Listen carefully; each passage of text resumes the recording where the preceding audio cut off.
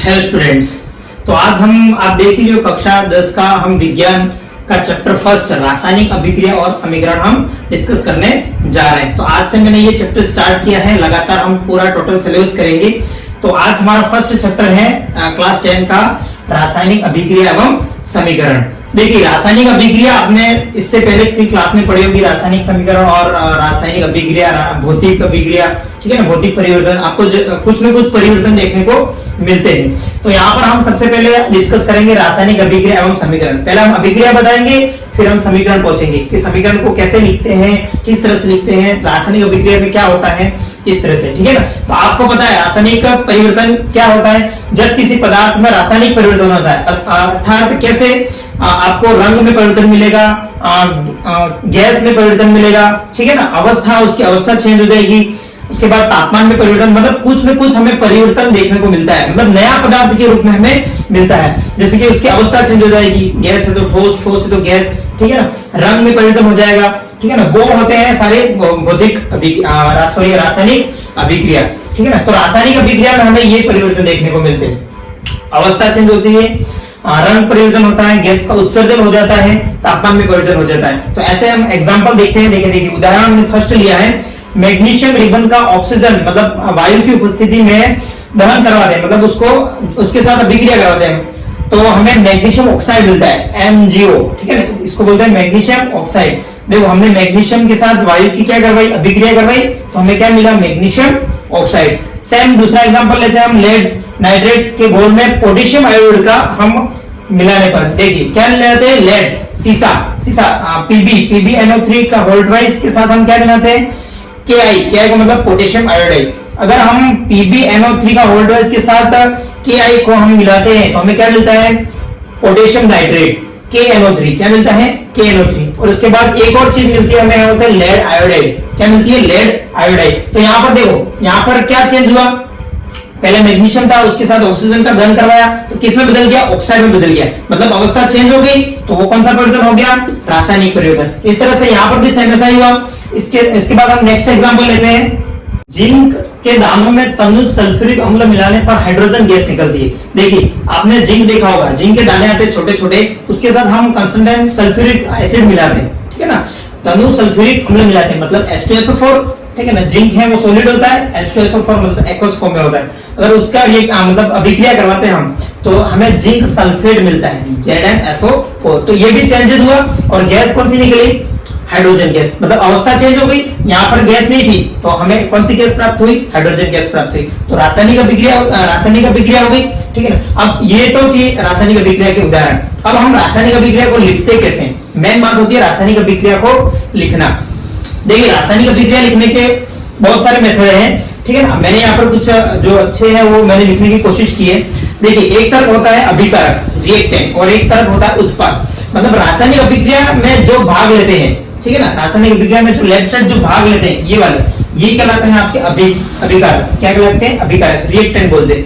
और इसके बाद जो हमें चेंजेस मिलता है वो कहलाता है उत्पाद, क्या कहलाता है, उत्पाद। देखिए लैंग्वेज देखिए, किसी रासायनिक अभिक्रिया के अभिकारकों एवं उत्पादों के प्रतीकों एवं रासायनिक सूत्रों का प्रयोग करके प्रदर्शित करना रासायनिक समीकरण कहलाता है। देखिए सूत्र लिखे हैं मैंने, ठीक है, इनके प्रतीक भी लिखे। प्रतीक मतलब ये सिंबल, जैसे कि जिंक का सिंबल क्या होता है, Zn, जैसे कि दस्ता था Zn लिखा, ठीक है ना। तो उसके प्रतीकों एवं सूत्रों के रूप में लिखना, ये अभिकारक हो गया, ठीक है। उसके बाद अभिकारक एवं उत्पादों के प्रतीकों एवं रासायनिक सूत्रों का प्रयोग करके, मतलब उत्पाद में भी भाई प्रतीक और रासायनिक आ जाएंगे, ठीक है ना। अब देखिए अभिकारक और उत्पाद क्या होते हैं। अभिकारक होते हैं ऐसे पदार्थ जिनमें रासायनिक परिवर्तन होता है, मतलब इस तरह जिसमें रासायनिक परिवर्तन होता है, वो क्या कहलाते हैं, रिएक्टेंट कहलाते हैं। और उसके बाद हमें जो रिजल्ट मिलता है, कैसे, ठीक है, रासायनिक अभिक्रिया के बाद जो नए पदार्थ का निर्माण होता है, मतलब जो न्यू पदार्थ हमें रिजल्ट के फॉर्म में मिलता है, जैसे कि जिंक सल्फेट मिला और हाइड्रोजन गैस मिली, ये पूरा पार्ट क्या कहलाता है, उत्पाद कहलाता है, ठीक है ना। इस तरह से रासायनिक समीकरण को लिखा जाता है। तो नेक्स्ट हम देखेंगे परिवर्तन रासायनिक समीकरण लिखने के तरीके कौन कौन से हैं। अभी मैंने बताया आपको उत्पाद कहाँ लिखते हैं, अभिकारक कहाँ होते हैं, ठीक है ना। देखिए सबसे पहला पॉइंट है, समीकरण के बाईं तरफ मतलब LHS लेफ्ट हैंड साइड लिखे जाने वाले पदार्थों को अभिकारक बोलते हैं। मैंने अभी बताया लेफ्ट हैंड साइड लिखे जाने वाले को अभिकारक बोलते हैं, तथा दाईं ओर मतलब RHS राइट हैंड साइड तरफ लिखे जाने वाले पदार्थ को क्या बोलते हैं, उत्पाद कहते हैं। ठीक है, ये पता पड़ गया।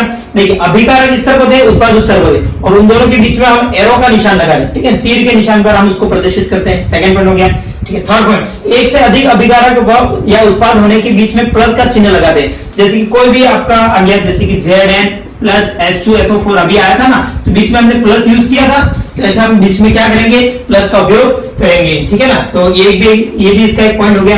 ठीक है, अब देखिए रासायनिक अभिक्रिया में भाग लेने वाले अभिकारकों व उत्पादों की अवस्था, जैसे कोई भी अवस्था हो सकती है, वो ठोस अवस्था में हो सकता है, गैस अवस्था में हो सकता है, ठीक है ना, द्रव अवस्था में हो सकता है, जलीय विलीन हो सकता है। ठीक है, तो ठोस के लिए हमने S यूज किया है, द्रव के लिए हमने L मतलब लिक्विड यूज किया है, गैस के लिए G, ठीक है ना, और जलीय विलीन एक्वस को हम AQ के द्वारा प्रदर्शित करते हैं। ठीक है ना, और वो भी कैसे लिखा जाता है, कोष्टक में। जैसे कि अभी हमने यहाँ H2 लिखा था और कोष्टक में G लिखा था, मतलब H2 क्या है, एक गैस है, इसलिए हमने उसको क्या लिखा, कोष्टक में G लिखा। ठीक है ना, लास्ट पॉइंट, अभिक्रिया की परिस्थितियां, जैसे कुछ भी परिस्थिति हो सकती है, टेम्परेचर बता सकता है, दाब प्रेशर बता सकता है, उत्प्रेरक आदि को तीर के निशान के द्वारा ऊपर लिखे जाते हैं। मतलब इस तरह कोई भी लिखा हुआ है, जैसे कि H2, तो ऐसे उस तरफ लिखा जाएगा। ठीक है ना, एरो के द्वारा। तो एरो 4 पॉइंट क्या थे रासायनिक समीकरण को लिखने के। सबसे पहले अभिकारक कौन से होते हैं और उत्पाद कौन से होते हैं। अभिकारक लेफ्ट हैंड साइड वाले, और उत्पाद जो नया पदार्थ बनता है हमारा, वो होता है राइट हैंड साइड। ठीक है ना, उसके बाद हमने अभिकारक और उत्पाद के बीच में किसका निशान लगाया, एरो का निशान लगाया। इसका सेकंड पॉइंट हो गया। थर्ड पॉइंट क्या हो गया कि रासायनिक अभिक्रिया में भाग लेने वाले अभिकारक और उत्पाद की अवस्था, कुछ भी अवस्था हो सकती है, ठोस, द्रव, गैस। तो ठोस को S से लिखते हैं, द्रव को L से लिखते हैं, गैस को G से लिखते हैं, और जलीय विलीन को AQ के द्वारा लिखा जाता है। उसके बाद कुछ भी परिस्थिति हो सकती है, तापमान कुछ भी हो सकता है, तो हम एरो के निशान द्वारा उसको ऊपर लिखेंगे। अब हम नेक्स्ट पढ़ेंगे रासायनिक अभिक्रिया को संतुलित किस तरह किया जाता है। तो हम नेक्स्ट पढ़ेंगे रासायनिक अभिक्रिया को संतुलित करने, समीकरण को संतुलित कैसे किया जाता है और कैसे करते हैं। हम एक एग्जांपल लेके भी करेंगे। इससे पहले हम इसको पॉइंट के द्वारा डिस्कस कर लेते हैं कि रासायनिक समीकरण को संतुलित कैसे किया जाता है। देखिए, सबसे पहले रासायनिक अभिक्रिया द्रव्यमान संरक्षण के नियम का पालन करती है। अब आप सोच रहे हैं कि द्रव्यमान संरक्षण का नियम का पालन क्या होता है। देखो, द्रव्यमान संरक्षण का मतलब ये होता है कि जो अंदर पदार्थ होगा, न तो उसका निर्माण कर सकते हम और न ही इसका विनाश कर सकते हैं। ठीक है ना, वो होता है द्रव्यमान संरक्षण का नियम। देखिए नेक्स्ट, रासायनिक समीकरण को संतुलित करना, यानी अभिकारक से पहले व पश्चात प्रत्येक तत्वों के परमाणुओं की संख्या समान होनी चाहिए। ठीक है ना, जैसे कि यहाँ पर अभिकारक होता है, एरो के निशान के बाद उत्पाद होता है, मतलब अभिकारक में भी उतने ही परमाणु संख्या होनी चाहिए और उत्पाद में भी उतनी ही होनी चाहिए। जैसे कि Zn का इधर 4 है, तो उत्पाद में भी Zn का 4 ही होना चाहिए, फॉर एग्जांपल के लिए। ठीक है ना, अब उसके चरण कौन कौन से देख लेते हैं। रासायनिक समीकरण को संतुलित करने से पहले प्रत्येक सूत्र के चारों ओर बॉक्स बनाना। ठीक है ना, जैसे कि कोई भी तत्व दे रखा है, तो उसके चारों तरफ बॉक्स बनाना है ऐसे। ठीक है ना, क्या बना लेना है, बॉक्स इसलिए बनाते हैं क्योंकि इसके अंदर हम कुछ छेड़छाड़ी नहीं कर सकते। ठीक है ना, बाहर हम गुणा जरूर कर सकते हैं, लेकिन अंदर बॉक्स के अंदर कोई भी छेड़छाड़ी नहीं कर सकते। सेकंड पॉइंट, समीकरण में उपस्थित विभिन्न तत्वों की परमाणु संख्या लिखना। ठीक है ना, जैसे कि आपने लिखा 2Zn, ठीक है ना, 2Zn लिखा तो इसकी परमाणु संख्या क्या हो गई, 2 हो गई। ठीक है ना, देखो H2 लिखा तो इसकी परमाणु संख्या क्या हो गई, 2 हो गई। ठीक है ना, तो ऐसे हमें लास्ट में क्या लिखना है, एक परमाणु संख्या की सूची बना लेनी है। ठीक है ना, अभी हमने संतुलित नहीं किया, चरण पढ़ रहे हैं। ठीक है ना, उसके बाद तीसरा पॉइंट, परमाणु संख्या को उपयुक्त गुणांक लगाकर उसे संतुलित करना। जैसे कि देखो, यहाँ पर मेरा Zn है खाली और इधर मेरा 2Zn है, फॉर एग्जांपल के लिए। ठीक है, तो इधर परमाणु संख्या उत्पाद में 2 है और इधर कुछ भी नहीं है। ठीक है ना, तो उपयुक्त गुणांक, इधर तो बॉक्स बना होगा तो आगे हम 2 लगा देंगे। अब देखो, ये भी 2Zn हो गया, ये भी 2Zn हो गया। ऐसे हम इसको बॉक्स के बाहर हम गुणांक, उपयुक्त गुणांक लगाकर उससे संतुलित कर सकते हैं। ठीक है ना, भौतिक अवस्थाओं के संकेत लिखना। ठीक है ना, जैसे कि मैंने बताया था एरो के निशान के द्वारा। ठीक है ना, या फिर जिंक, जैसे कि H2 है, H2 को हम कोष्टक में क्या लिखेंगे, गैस लिखेंगे। ठीक है ना, तो ऐसे भौतिक अवस्थाएं भी लिखनी पड़ती है। इस तरह से रासायनिक समीकरण को क्या किया जाता है, संतुलित किया जाता है। मैं एक एग्जांपल के द्वारा समझाता हूं, इससे पहले वापस बता दो। देखो, द्रव्यमान संरक्षण के नियम का पालन करती है रासायनिक अभिक्रिया। ठीक है ना, क्योंकि इसमें न तो किसी पदार्थ का विनाश कर सकते हैं और न इसका हम निर्माण कर सकते हैं। ठीक है ना, अब नेक्स्ट हमने 4-5 चरण पढ़े इधर। सबसे पहला चरण क्या था, सबसे पहले हमें बॉक्स बना लेना है। प्रत्येक तत्व, जितने भी तत्व हैं उसके चारों तरफ हमें क्या बना लेना है, बॉक्स बना लेना है। बॉक्स बनाने के बाद हमें जो तत्व दे रखे, लेफ्ट हैंड साइड और राइट हैंड साइड, मतलब अभिकारक में और उत्पाद में अलग अलग सूची बना लेंगे हम कितने तत्व दे रखे हैं। उसके बाद नेक्स्ट पॉइंट क्या है, जो भी परमाणु संख्या कम है, जैसे कि इधर 2 है उधर 4 है, तो 4 को हम 2 को हम 4 बना सकते हैं, ठीक है ना, लेकिन 4 को 2 नहीं बना सकते, तो 2 को हम 2 का गुणा करके हम 4 बना सकते हैं, तो उपयुक्त गुणांक लगाकर उसे संतुलित कर सकते हैं। अंत में क्या लिखना है, रासायनिक भौतिक अवस्थाओं के संकेत लिखने, ठीक है ना, गैस है तो गैस, सॉलिड है तो सॉलिड, लिक्विड है तो लिक्विड, एक्वस है तो एक्वस, ठीक है ना, ऐसे हम क्या लिखेंगे, संकेत लिखेंगे। अब मैं आपको एक एग्जांपल लेके समझाता हूँ रासायनिक समीकरण को कैसे संतुलित करते हैं, ठीक है ना। तो एक एग्जांपल लेते हैं हम, तो चलिए हम इसको एक उदाहरण के द्वारा समझते हैं, तो कि रासायनिक समीकरण को कैसे संतुलित करता है, एक एग्जांपल को हम संतुलित करके बताते हैं। तो सबसे पहला पॉइंट क्या था कि रासायनिक समीकरण जो लिखते हैं उसको सबसे पहले बॉक्स में बंद करना। तो सबसे पहले मैं इसको बॉक्स में बंद कर देता हूं, ठीक है ना, यहीं से कर देता हूं मैं सबसे पहले बॉक्स में। चलिए, बॉक्स में बंद करने का मतलब ये होता है कि इसके अंदर हम कोई भी छेड़छाड़ी नहीं कर सकते इन तत्वों के साथ, ठीक है।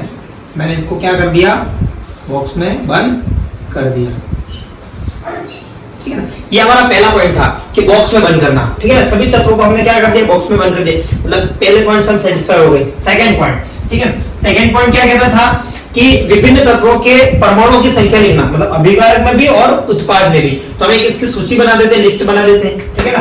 तो मैं इधर लिखता हूं तत्व, इधर लिखता हूं अभिकारक,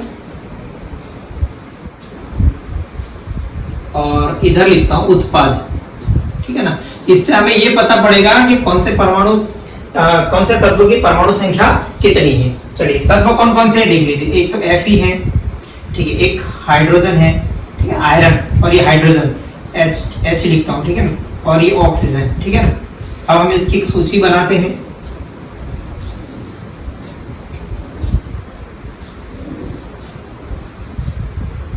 देखिए, अब मुझे आप बताइए, ठीक है, अब Fe अभिकारक में Fe कितने, आयरन कितना, एक ही है, चलो कोई नहीं, तो क्या होता है एक ही। इधर कितने, 3, इसकी परमाणु संख्या कितनी है, 3, ठीक है ना। अब हाइड्रोजन की, हाइड्रोजन यहाँ कितने, 2 परमाणु, ठीक है ना, और यहाँ हाइड्रोजन के भी कितने परमाणु हैं, 2 परमाणु, ठीक है ना, ये भी संतुलित है, ठीक है। ऑक्सीजन के यहाँ पर कितना है, 1, ठीक है, और यहाँ पर कितना है, 4, ठीक है, ये हो गई इसकी परमाणु संख्या, ठीक है ना। हमने परमाणु संख्या नोट कर ली, ठीक है ना। देखो, इधर आयरन है, आयरन अभिकारक में 1 है, उत्पाद में 3 है, ठीक है। हाइड्रोजन में 2 है और उत्पाद में भी 2 है। ऑक्सीजन 1 है तो उत्पाद में भी 4 है। अब देखिए, अब इधर 1 है, इधर 3 है। अब हमें इसको संतुलित करना है, बैलेंस होने चाहिए, ठीक है ना, अभिकारक और उत्पाद दोनों बैलेंस होने चाहिए, वही हमारा पूरा संतुलित हो जाएगा, ठीक है। तो ये सेकंड पॉइंट था, हमने लिख दिया। अब यहाँ से हमको आइडिया लग गया कि संतुलित नहीं है, अब हम इसको क्या करेंगे, संतुलित करेंगे, ठीक है ना। इक्वेशन को मैं वापस लिखता हूँ, देखिए, Fe plus H2O arrow Fe3O4 और हाइड्रोजन H2, ठीक है। बॉक्स में बनाने का काम था, पहला हमने कर दिया था, चलो कर देते हैं वापस इसको एक बार और।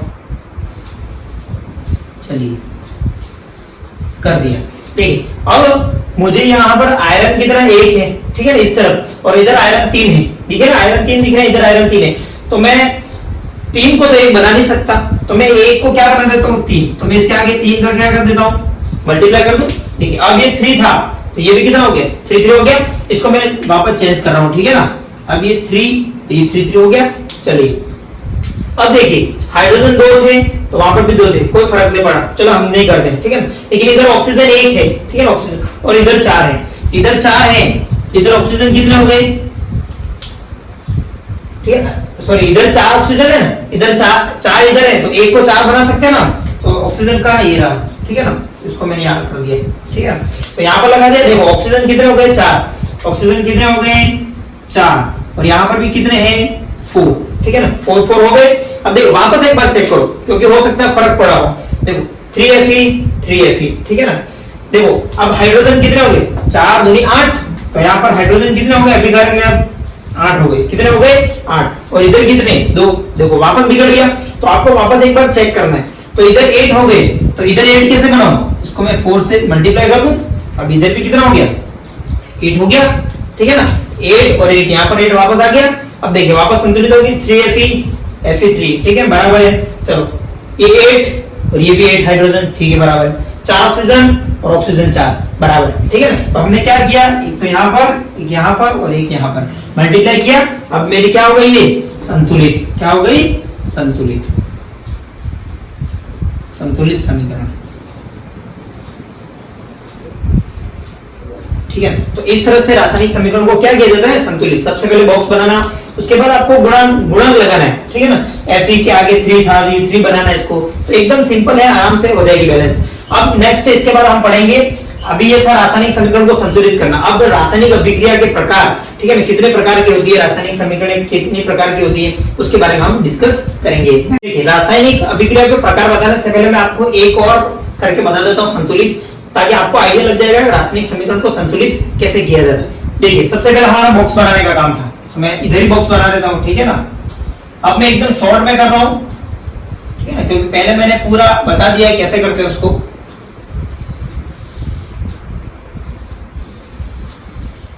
ठीक है, सबसे पहले हमने बॉक्स बना लिया, ठीक है। देखिए, अब बॉक्स बनाने के बाद हमारे पास था परमाणु संख्या लिखना, ठीक है ना। तो मैं नॉर्मली लिख देता हूं, देखिए इधर Na1 है, अब डायरेक्ट कर देता हूं, लिखता नहीं। देखिए इधर Na1 है, तो इधर Na मतलब सोडियम कितना है, 1, इधर कितना है, 2, ठीक है ना। अब यहाँ 1 है, यहाँ 2 है, ठीक है, संतुलित नहीं है, ठीक है। इधर ऑक्सीजन कितना है, देखो 1 तो ये रहा और 4 ये, 5 यहाँ पर है, और यहाँ पर कितने, 4 और 1 5, यहाँ पर 5 बराबर, ठीक है। हाइड्रोजन कितने यहाँ पर, 1 और, ठीक है, 1 और 2 कितने हो गए, 3 यहाँ पर है, तो यहाँ पर कितने हाइड्रोजन, 2 यहाँ पर है, ठीक है ना। तो हम वापस उसको करते हैं। देखिए, अगर यहाँ पर Na2 है, तो यहाँ पर 2 बना सकते हो, एक बार कोई ना कोई गुणांक लगा दो आप, ठीक है ना। तो 2 लगा दिया। अब देखो क्या क्या चेंज हुआ, सोडियम 2 हो गए, सोडियम 2 हो गए, ठीक है। ऑक्सीजन कितने हो गए, देखो 2 और 4 कितने हो गए, 6 ऑक्सीजन हो गए, और इधर ऑक्सीजन कितने, 4 और 1 5, ठीक है ना, नहीं जम रहा है, ठीक है ना। अब मैं क्या करता हूं, अब देखो इधर हाइड्रोजन 2 ये रहे और 2 हाइड्रोजन ये रहे, कितने हो गए, 4 हाइड्रोजन, और इधर हाइड्रोजन कितना है, 2, तो मैं इसको 4 बनाने की कोशिश करता हूं, ठीक है ना।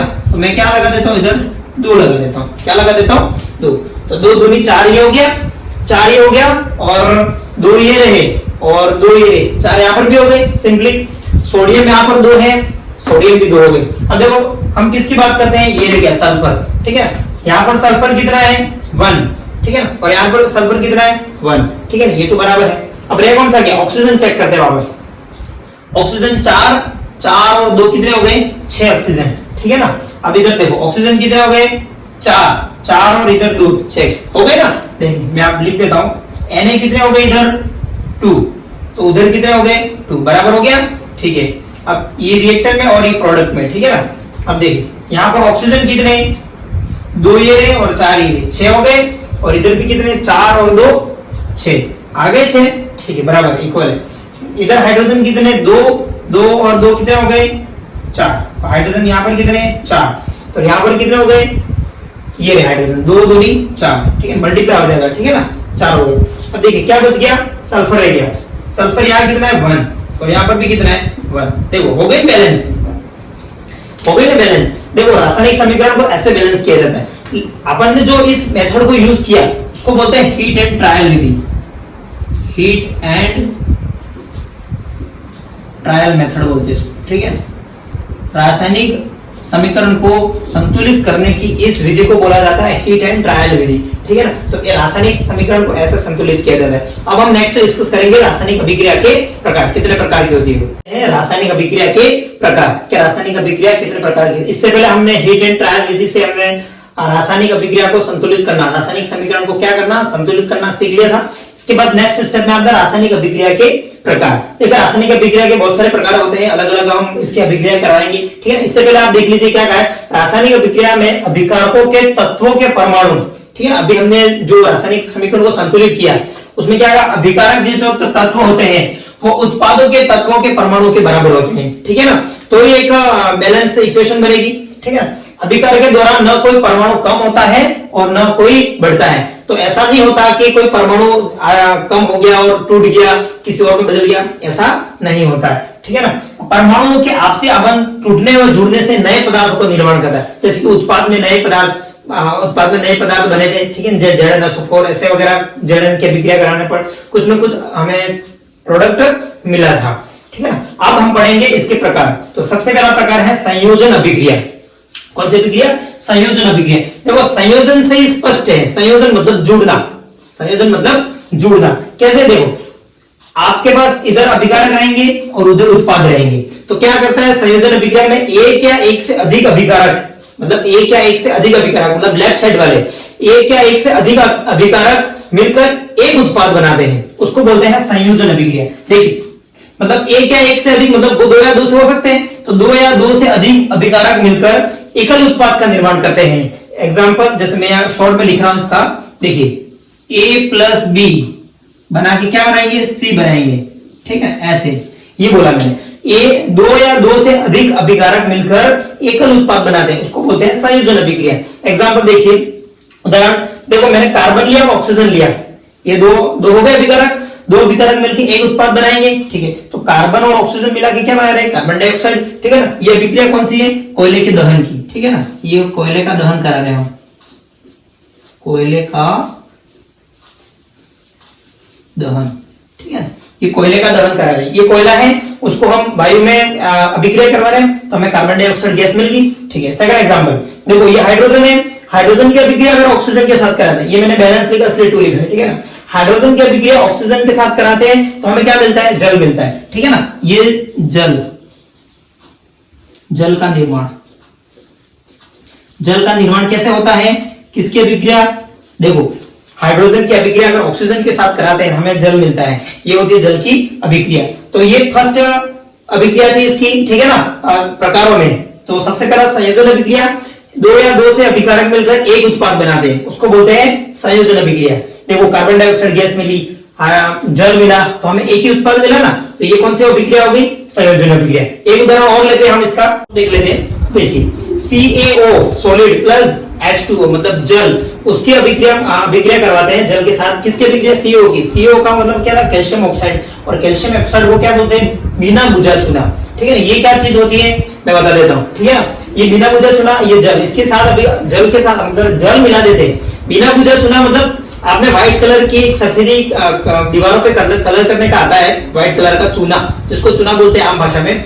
वो चूना अगर चूने में अगर जल मिला देते हम, देखिए आपने मार्केट से खरीदा होगा दीवार पर दीवार पर करने के लिए, तो आपने उसके अंदर जल मिलाते हो, लाके जल मिलाने के बाद आप दीवार पे लगाते हो उसको। ठीक है ना। तो जल मिलाने के बाद ये कैसा हो जाता है? बुझा हुआ चूना, मतलब कैल्शियम कैसे बन जाता है? हाइड्रोक्साइड। कैसे? कैल्शियम हाइड्रोक्साइड, CaOH का होल ट्वाइस। ठीक है ना, बुझा हुआ चूना बोलते हैं। तो यहाँ क्या हुआ? दो अभिकारक मिलकर एक उत्पाद बना दिया, तो कौन सी अभिक्रिया हो गई? संयोजन अभिक्रिया। ये इंपॉर्टेंट है। बिना बुझा हुआ चूना का सूत्र क्या होता है? CaO होता है, कैल्शियम ऑक्साइड। जो इसको जल के साथ मिलाते हैं तो हमें बुझा हुआ चूना प्राप्त होता है। देखिए उसका उपयोग कहां पे करते हैं? नोट लगा के लिखा है मैंने। बुझे हुए चूने के विलेन का उपयोग दीवारों की सफेदी के लिए किया जाता है। दीवारों को सफेदी करने के लिए बुझे हुए चूने का उपयोग किया जाता है, मतलब CaOH का होल ट्वाइस इसका फॉर्मूला है, रासायनिक फॉर्मूला। ठीक है। अब देखिए, अब इससे क्या होता है?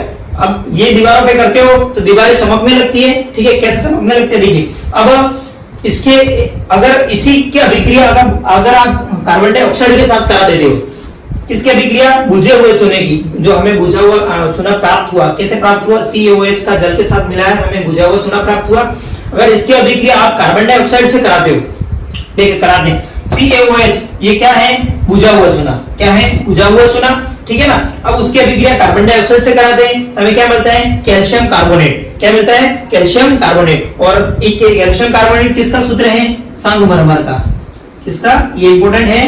किसका सूत्र है? ये संगमरमर का। ठीक है ना। और ये तो आपके जल बन गया, जल क्या हो गया? जल आ गया। ठीक है। तो मैंने क्या लिखा? बुझा हुआ चूना कार्बन डाइऑक्साइड से अभिक्रिया कर कैल्शियम कार्बोनेट की परत बना लेता है। कैल्शियम कार्बोनेट की क्या बना लेता है? परत। आपने देखा होगा संगमरमर का पत्थर कैसे चमकने लगता है। तो अगर आप बुझे हुए चूने की अभिक्रिया कार्बन डाइऑक्साइड से भी कराते हो तो वो आपके संगमरमर की तरह चमकने लगती है, इसलिए हमारी दीवारें भी क्या करने लगती है? चमकने लगती है। तो आपको पता है ये संगमरमर का फॉर्मूला मिलती है, हमें कैल्शियम कार्बोनेट बोलते हैं। और कैल्शियम कार्बोनेट का मतलब क्या होता है? संगमरमर। ठीक है, ये इसका रासायनिक नाम है संगमरमर। और कैसे प्राप्त होता है? बुझे हुए चूने की अभिक्रिया अगर हम कार्बन डाइऑक्साइड के साथ कराते हैं तो हमें संगमरमर मिलता है, प्लस जल अलग रह जाता है। तो ये हमारी कौन सी अभिक्रिया थी? टोटल संयोजन अभिक्रिया। तो हमने अभिक्रिया में पहला पार्ट कंप्लीट कर लिया है, संयोजन अभिक्रिया। नेक्स्ट पार्ट हम इसके अगले वीडियो में बनाएंगे, ठीक है ना। अभी के लिए इतना ही। तो आपको वीडियो अच्छा लगा हो तो ज्यादा से ज्यादा शेयर करो और चैनल को सब्सक्राइब करो, ठीक है ना। तो ये यहाँ तक था। हम आगे नेक्स्ट वीडियो में इसको कंटिन्यू करेंगे। Thank you.